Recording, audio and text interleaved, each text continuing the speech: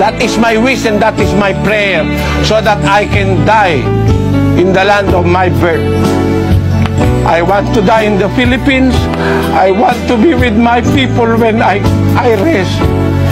But I cannot go home. I cannot come home, brothers and sisters, because of all these persecutions. I am suffering here. I pain.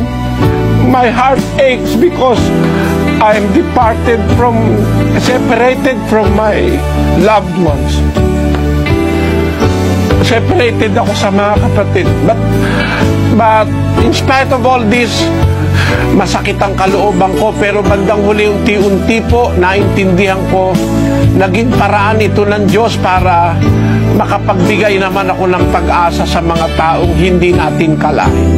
Nangako sa iyo, Ama, magtitis habang buhay, tulungan mo ako nang makapagtagumpay. Salamat sa Diyos.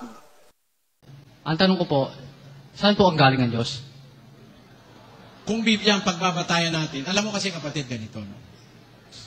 Yamang nagpakilala ka doon sa na atheist, I think I have to answer you the way that will be convincing to you. Naniniwala ka siguro, merong mga bagay na hindi natin naaabot. Okay? Kahit ang lahat ng tao magkasama-sama, there are things which are unfathomable, which no human being can understand. Merong ganong mga bagay up to now. The exact measurement of the universe is up to now not known to man. Actually, the remotest object that was seen by the Hubble Space Telescope is something like 13.8 billion light years away. Napakalayo na nun. Mahirap nang isipin yun eh. 13.8 billion light years is something na hindi na kaya ng... Miski nga ang computer natin, hindi na kaya yun siguro eh. Kung ilang zero ang gagamitin mo ron eh.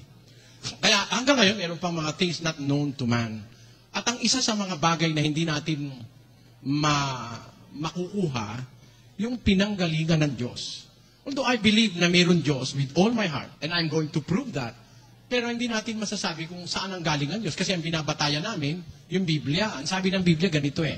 Sa 90 ng awit, ganito sinasabi sa Diyos. Bago nalabas ang mga bundok, o bago mo nilikha ang lupa at ang sanglibutan, mula nga ng walang pasimula hanggang sa walang hanggan, ikaw ang Diyos. From everlasting to everlasting, thou art God. Yun ang awit ni Moises. Mula sa walang pasimula hanggang sa walang hanggan. O wala na tayong impormasyon dun sa walang pasimula. Kasi totoo naman yan eh. Although merong hindi naniniwala na ang Diyos ay mula sa walang hanggan, at papunta sa walang hanggan, merong din naniniwala. Pero evidences that we have, physical as they are, will prove that there is eternity really. Yun lang paniniwala ng siyentipiko ngayon na ang universo ay 15 billion taon. 15 billion years is not joke. Napakahaba nun. Nung nakalipas na yun. At meron pang hinaharap. Yun lang 1 million taon, mahirap. Isulat mo lang yung 1 million eh. Merong isang tao, sinulat niya yung 1 million. 1, 2, 3, 4. It took him 14 years from 1 to 1 million. 1 to 1 million pa lang yun eh, sinulat niya, no? Walang tigil. Umabot siya ng mahigit na 10 taon eh. Yung pang billion, ano? Tapos ang universo raw, 15 billion taon.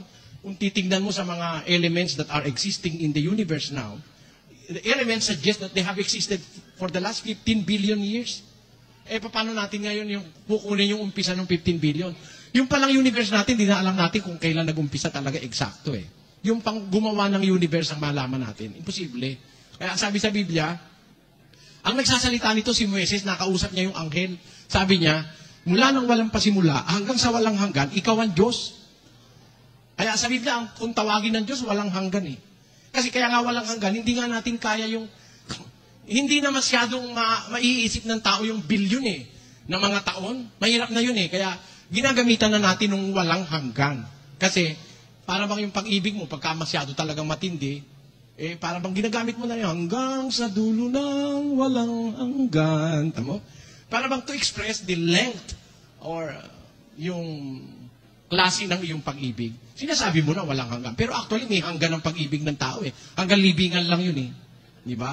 Hanggang doon lang yun. Till death do us part eh. Till death lang naman, hindi naman kailangan doon sa kabila pa yun eh. Yun ang ibig ko sabihin. Walang informasyon sa Biblia na nagsasabi kung saan siya nanggaling at kung saan siya nagsimula. Pero nakakapagtiwala na mayroon talagang Diyos dahil of all these things na ginawa, wala naman tayong ibang mapapag-isipan. Sino gumawa? Hindi naman magagawa ng tao. Hindi mo naman magagawa yung buwan, yung araw, yung bituin, hindi mo magagawa. Sarili mo nga lang, hindi mo kayang gawin eh. But it is wise to believe that we are a product of an intelligent creator. Yun ang dapat natin makita. Ang klase lang ang tao sa mundo eh, masama at saka matwid. Pagka matwid ang tao, ang nakikita niya yung buti. Pero ang masama, ang nakikita yung ikakapuot niya. Ganon ang tao. Kaya ba't madaling makalimutan yung mabuti? Ang naaalala yung masama. Kasi yung tao na yun na tinutukoy mo, tao yun na masama. Taong masama yun. Kasi kung mabuting tao yun, makikita nun yung ginawa mong mabuti, maaalala nun.